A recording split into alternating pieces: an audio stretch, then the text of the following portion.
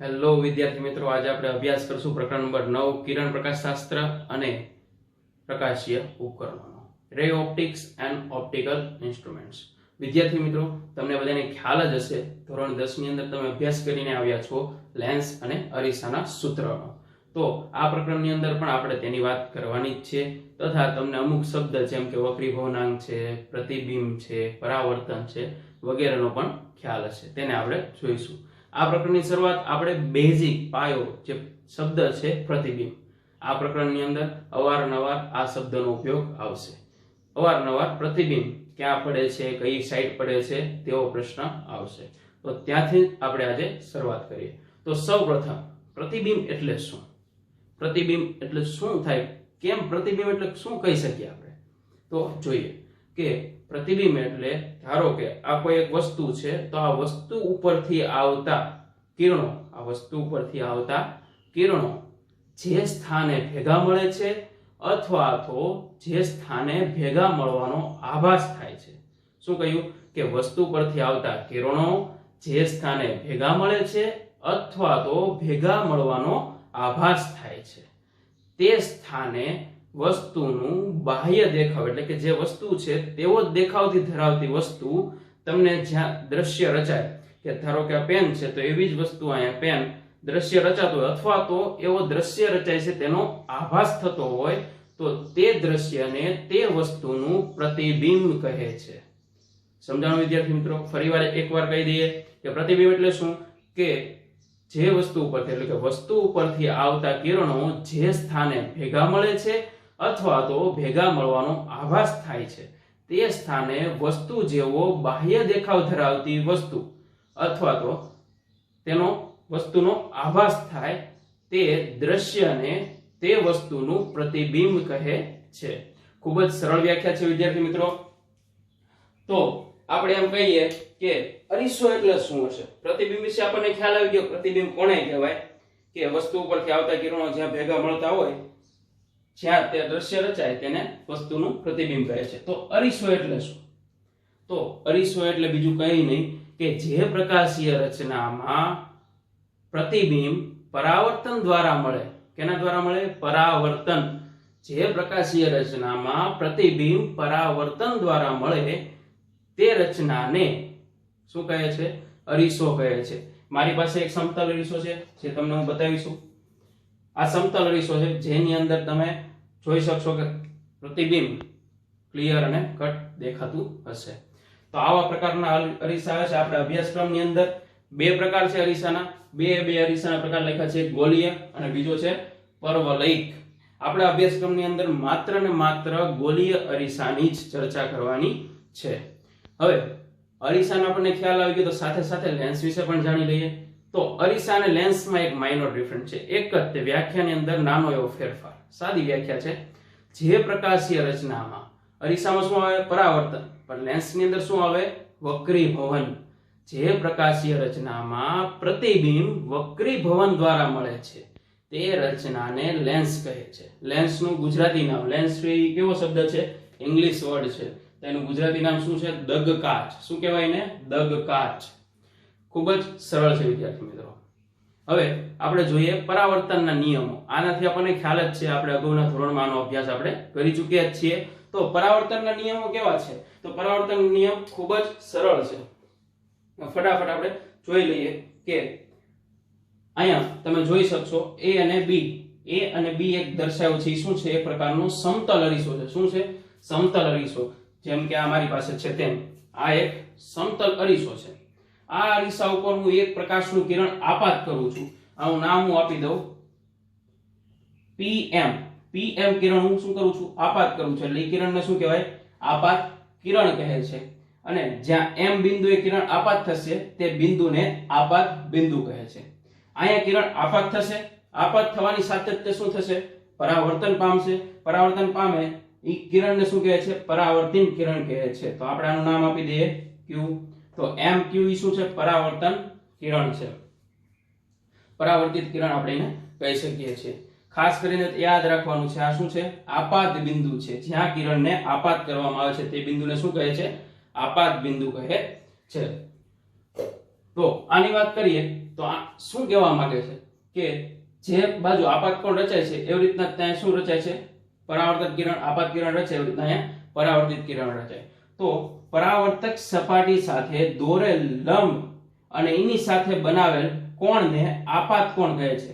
એની સાથે કોણે બનાવેલ કોણ, આપાત કિરણે બનાવેલા કોણને શું કહે છે, આપાત કોણ કહે છે. એવી જ રીતે પરાવર્તક સપાટી પર દોરેલ લંબ એની સાથે પરાવર્તિત કિરણે બનાવેલ કોણને પરાવર્તન કોણ કહે છે. અહીં નોંધવા જેવી વાત એ છે કે આપાત કિરણ, પરાવર્તિત કિરણ અને પરાવર્તિત સપાટી સાથે દોરેલ લંબ એ બધા કેવા હોય છે, એક જ સમતલની અંદર હોય છે. એટલે એક સમતલ્ય તમે એને કહી શકો. બીજો નિયમ એવો છે, આપાત કોણ એટલો જ પરાવર્તન કોણ. તમે આ આકૃતિની અંદર જોઈ શકો છો, જેટલો આપાત કોણ હશે એટલો જ શું હશે, પરાવર્તન કોણ. આ માત્ર ને માત્ર કેની ઉપર લાગુ પડે છે, ગોલીય અરીસાની અંદર આપણે કહી શકીએ કે લાગુ પાડી શકીએ. ગોલીય અરીસો હોય તો જ લાગુ પડે, બાકી બધા અરીસા ઉપર લાગુ પડે એવું જરૂરી નથી વિદ્યાર્થી મિત્રો. તેના પછી ખૂબ જ મહત્વની અને નાની એવી વ્યાખ્યાઓ જે ખૂબ જ અગત્યની છે. પહેલી આવે છે ધ્રુપીની. એ સમજતા પહેલા આપણે સમજી લઈએ કે ગોલીય અરીસો કેવી રીતે બને છે. તો ગોલીય અરીસો કેવી રીતના બને છે, તો સૌપ્રથમ ગોલીય અરીસાના પાછા બે પ્રકાર છે. એક છે અંતર્ગોળ અરીસો અને બીજો છે બહિર્ગોળ અરીસો. તો ગોલીય અરીસો સમજવા માટે આપણે એક બોલને ધ્યાનમાં લઈએ. નાનો એવો બોલ છે. આવો એક ગોળીય કવચ, કાચનું ગોળીય કવચ લઈએ. આ કાચના ગોળીય કવચની અંદર એક તો મધ્ય બિંદુ હશે, એનું મધ્ય કેન્દ્ર આપણે એમ કહી શકીએ જે સેન્ટરની અંદર હશે વચ્ચે, બરોબર. ઈ કવચમાંથી અમુક ભાગ, ગોળાકાર ભાગ કટ કરીને એટલે કે કાપીને છૂટો પાડી દેવામાં આવે. આનો ગોળાકાર ભાગ હું એટલો છૂટો પાડી દઉં અને એની અંદરની સપાટીએ ચાંદીનો ઢોળ ચડાવીને સપાટી એકદમ પોલિશ કરી દઉં એટલે કે ચળકતી કરી દઉં. તો જે અરીસો બનશે તે કેવું હશે, અંતર્ગોળ અરીસો, એટલે કે અંદરની સપાટી હશે એ ચળકતી હશે. એવી જ રીતે આ જ પ્રમાણે આવો જ ગોળાકાર કવચમાંથી એક ભાગ હું ટુકડો કાપું છું ગોળાકાર, તે કવચની બહારની સપાટીને ચાંદીનો ઢોળ ચડાવી દઉં. અહીંયા બહારની સપાટીને શું કરું, ચાંદીનો ઢોળ ચડાવી દઉં. તો તે સપાટી કેવી થઈ જશે, ચળકતી થઈ જશે. તો આવા અરીસાને બહિર્ગોળ અરીસો કહે છે વિદ્યાર્થી મિત્રો. શું કહે છે, બહિર્ગોળ અરીસો. તો આપણે એમ પણ કહી શકીએ કે આ ગોળાનું જે કેન્દ્ર હશે, આ મારી પાસે બોલ છે તો આનું કેન્દ્ર આની વચ્ચે હશે. તો એવી જ રીતના આ અરીસો જેમાંથી બન્યો હશે એનું કેન્દ્ર પણ ક્યાં હશે, વચ્ચે હશે. તો તેવા કેન્દ્રને વક્રતા કેન્દ્ર કહે છે. શું કહે છે, વક્રતા કેન્દ્ર કહે છે. તો વન બાય વન આપણે બધી જ તે ડેફિનેશન જોતા જઈશું વિદ્યાર્થી મિત્રો. તો પહેલી આવે છે ધ્રુપી. ધ્રુપી કોને કહે છે, કે જે અરીસો આપણે લીધો છે, ધારો કે અંતર્ગોળ અરીસો લીધો હોય તો અંતર્ગોળ અરીસાના મધ્ય બિંદુને ધ્રુપી કહે છે. ખૂબ જ સરળ વ્યાખ્યા છે. શું, અંતર્ગોળ અરીસાના મધ્ય બિંદુને ધ્રુપી કહે છે. પછી આવે છે વક્રતા કેન્દ્ર. તો વક્રતા કેન્દ્ર એટલે શું, વક્રતા કેન્દ્ર એટલે ગોળીય અરીસો. આ જે ગોળીય અરીસો છે જે ગોળાકાર કવચમાંથી લેવામાં આવ્યો છે તેના મધ્ય કેન્દ્રને વક્રતા કેન્દ્ર કહે છે. હમણાં મેં વાત કરી તે પ્રમાણે ગોળીય અરીસો જે ગોળાકાર કવચમાંથી લેવામાં આવ્યો છે તે ગોળાકાર કવચના મધ્ય કેન્દ્રને અરીસાનું વક્રતા કેન્દ્ર કહે છે, જેને કેપિટલ C વડે દર્શાવવામાં આવે છે. ધ્રુવને કેપિટલ P વડે દર્શાવવામાં આવે છે. પછી આવે છે મુખ્ય અક્ષ. મુખ્ય અક્ષને મેં શું કીધું છે, CP. CP એટલે કેમ કહેવા માંગુ છું કે ધ્રુવ P અને વક્રતા કેન્દ્ર C માંથી પસાર થતી અક્ષને અથવા તો એમ કે પસાર થતી રેખાને મુખ્ય અક્ષ કહે છે. તેને તમે મુખ્ય અક્ષની જગ્યાએ શું પણ કહી શકો, મુખ્ય અક્ષની જગ્યાએ તમે માત્ર અક્ષ શબ્દ પણ વાપરી શકો છો વિદ્યાર્થી મિત્રો. એના પછી આવે છે દર્પણમુખ. દર્પણમુખ એટલે શું, આ શબ્દ તમારી માટે નવો હોઈ શકે.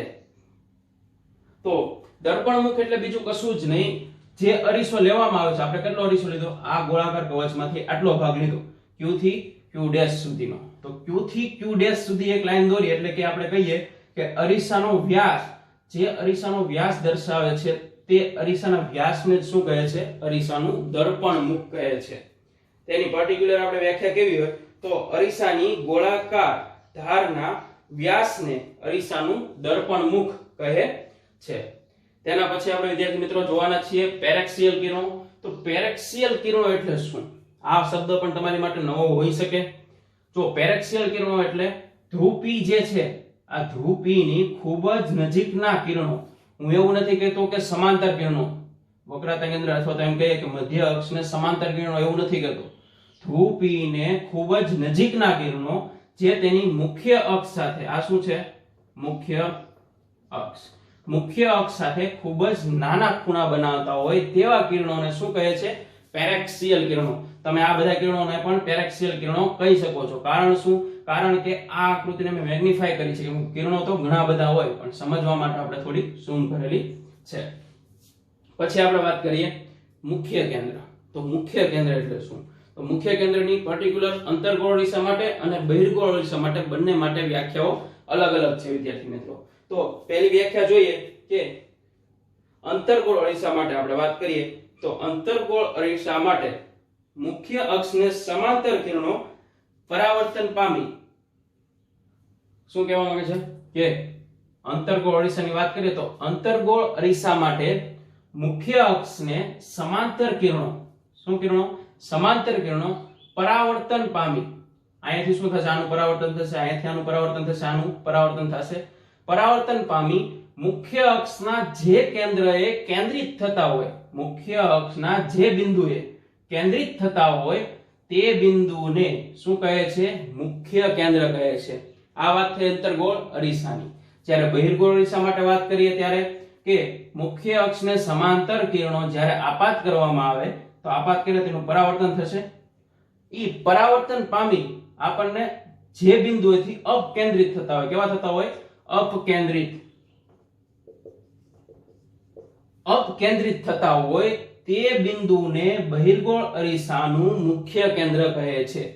અંતર્ગોળ અરીસામાં હકીકતમાં આ પ્રકાશ ભેગો થાય છે, જ્યારે બહિર્ગોળ અરીસામાં પ્રકાશ ભેગો થતો નથી. તમે જોઈ શકો છો કે આ કિરણ અહીં થાપત કરીએ તો બહાર આવશે, અહીંયા થાપત કરીએ તો આ સાઈડ આવશે, બહારની દિશામાં. તો આ બધા કિરણોને પાછળની તરફ આપણે લંબાઈએ, આપણે એવો આભાસ કરીએ કે પાછળની તરફ કોઈ જગ્યાએ ભેગા થતા હશે.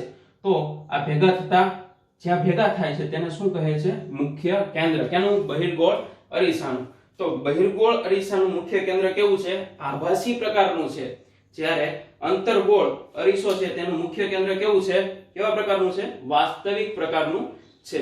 જેનો અભ્યાસ તમે અગાઉ કરી ચૂક્યા છો, આભાસી અને વાસ્તવિક. આભાસી વસ્તુ શું કહેવાય ને વાસ્તવિક વસ્તુ શું કહેવાય? તો આ કેવું છે? વાસ્તવિક પ્રકારનું. જ્યારે આ કેવું છે? આભાસી પ્રકારનું. કેની માટે? બહિર્ગોળ અરીસા માટે. વક્રતા કેન્દ્ર તો બંને માટે સમાન. જે ગોળીય કવચમાંથી તેને લેવામાં આવે છે તેના મધ્ય કેન્દ્રને વક્રતા કેન્દ્ર કહે છે. પછી આવે છે કેન્દ્ર લંબાઈ. તો કેન્દ્ર લંબાઈ એટલે શું? કે ધ્રુવપી અને મુખ્ય કેન્દ્ર F વચ્ચેના અંતરને તે અરીસાની કેન્દ્ર લંબાઈ કહે છે. અહીંયા તમે જોઈ શકો છો ધ્રુવપી અને મુખ્ય કેન્દ્ર F વચ્ચેના અંતરને શું કહે છે? તેની કેન્દ્ર લંબાઈ કહે છે. પછી આવે છે વક્રતા ત્રિજ્યા. તો વક્રતા ત્રિજ્યા એટલે શું? કે વક્રતા ત્રિજ્યા એટલે ધ્રુવપી અને વક્રતા કેન્દ્ર C વચ્ચેના અંતરને વક્રતા ત્રિજ્યા R કહે છે. તે બંને વચ્ચેનો સંબંધ કંઈક આ પ્રમાણે છે, F = R/2. એટલે તમે એમ કહી શકો કે વક્રતા ત્રિજ્યા કરતા જે કેન્દ્ર લંબાઈ છે, આપણે એમ કહીએ કેન્દ્ર લંબાઈ F છે, વક્રતા ત્રિજ્યા કરતા કેન્દ્ર લંબાઈ કેવી છે? અડધી છે. વક્રતા ત્રિજ્યાની અડધી. એટલે R/2 વડે આપણે દર્શાવી શકીએ. અથવા તો એમ કહીએ કે વક્રતા ત્રિજ્યા એ કેન્દ્ર લંબાઈ કરતા કેવી છે? બમણી છે. એટલે R = 2F વડે પણ દર્શાવી શકીએ. હવે આવે છે લાસ્ટ છેલ્લી વ્યાખ્યા, ફોકલ પ્લેન. તો ફોકલ પ્લેન એટલે શું? એક પ્રકારના સમતલની વાત કરવામાં આવે છે વિદ્યાર્થી મિત્રો. સમતલ કેવું? કે એક એવું સમતલ, કેવું સમતલ? એક એવું સમતલ કે જે તેના મુખ્ય કેન્દ્રમાંથી પસાર થતું હોય. એટલે કે આપણે લઈએ આ અરીસો લઈએ, સમતલ અરીસા માટે આપણે લઈએ કે એક એવું સમતલ છે જે તેના કેમાંથી પસાર થતું હોય? મુખ્ય કેન્દ્રમાંથી પસાર થતું હોય તથા ઈ સમતલને તેની મુખ્ય અક્ષ લંબ હોય. એટલે આમ પસાર થતું હોય અને આને મુખ્ય અક્ષ કેવી હોય? લંબ આવેલી હોય. તેવા સમતલને શું કહે છે? ફોકલ પ્લેન કહે છે. વિદ્યાર્થી મિત્રો, આ બધી જ વ્યાખ્યા ખૂબ જ અગત્યની છે. જો તમને આ બધી જ વ્યાખ્યા સમજાઈ જશે તો આખા પ્રકરણની અંદર કોઈ પણ પ્રશ્નની અંદર તમારે કોઈ દિવસ પ્રશ્ન આવશે નહીં. કે તમને દર્પણ મુખ છે, મુખ્ય અક્ષ છે, વક્રતા કેન્દ્ર છે, ધ્રુવ પી છે, તેની માહિતી તમને તમારા મગજની અંદર એક વખત વ્યવસ્થિત રીતે ગોઠવાઈ જશે તો આગળના કોઈ પણ પ્રશ્નની અંદર તમને કોઈ દિવસ પ્રશ્ન આવશે નહીં. પછી આની આવે છે સંજ્ઞા પ્રણાલી. તો આપણે અંતર્ગોળ અરીસા માટે વાત કરી દઈએ કે સંજ્ઞા પ્રણાલી કેવી રીતના હોય છે. માત્ર પદ્ધતિ જોઈએ, નેક્સ્ટ ટાઈમ સંજ્ઞા પ્રણાલી આખીની જોઈશું કેવી રીતના હોય છે. તો સંજ્ઞા પદ્ધતિની વાત કરીએ તો દરેક અંતર આપણે અહીં કહીએ સંજ્ઞા પદ્ધતિ. સંજ્ઞા પદ્ધતિની વાત કરીએ તો સંજ્ઞા પદ્ધતિનો પહેલો નિયમ એવો છે કે દરેક અંતર જેટલા અંતર માપવાના છે તે બધા જ તે અંતર ધ્રુવ P થી માપવામાં આવે છે. ક્યાંથી માપવામાં આવે છે? ધ્રુવ P થી. ધ્રુવ P ની જમણી તરફના બધા જ અંતરોને કેવા લેવામાં આવે છે? જમણી તરફ. ધ્રુવ P થી ઓલી સાઈડના ધ્રુવ P થી જમણી તરફના બધા જ અંતરોને ધન લેવામાં આવે છે, જ્યારે ધ્રુવ P થી ડાબી તરફના એટલે કે આ સાઈડના અંતરોને ઋણ લેવામાં આવે છે. બીજી વાત કરીએ કે ધ્રુવ P થી એટલે કે અક્ષ ઉપરની જે ભાગ છે તેની અંદરની ઊંચાઈઓને ધન લેવામાં આવે છે, જ્યારે નીચેની ઊંચાઈઓને ઋણ લેવામાં આવે છે. તો આવા સંજ્ઞા પ્રણાલીના કઈ મુદ્દાઓ છે. તો આની અંદર શું થશે? ધારો કે અહીંયા કઈ વસ્તુ મૂકી હોય તો વસ્તુ અંતર કેટલું થાય કે ધ્રુવ P થી જ્યાં વસ્તુ પડે છે તે સુધીના અંતરને વસ્તુ અંતર કહે.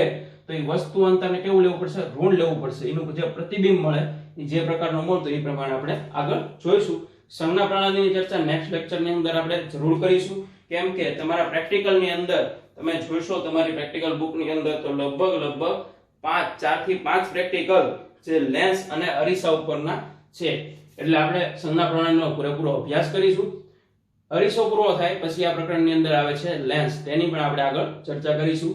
પણ મુખ્ય હોમવર્ક તમે આજ સમજી લો કે આટલી વ્યાખ્યાઓ તથા આ નિયમો, પરાવર્તનના નિયમો અને મેઇન વસ્તુ છે પ્રતિબિંબ. આ વસ્તુ તમારા મગજની અંદર ક્લિયર હોવી જોઈએ. પ્રતિબિંબ એટલે કે ઇમેજ.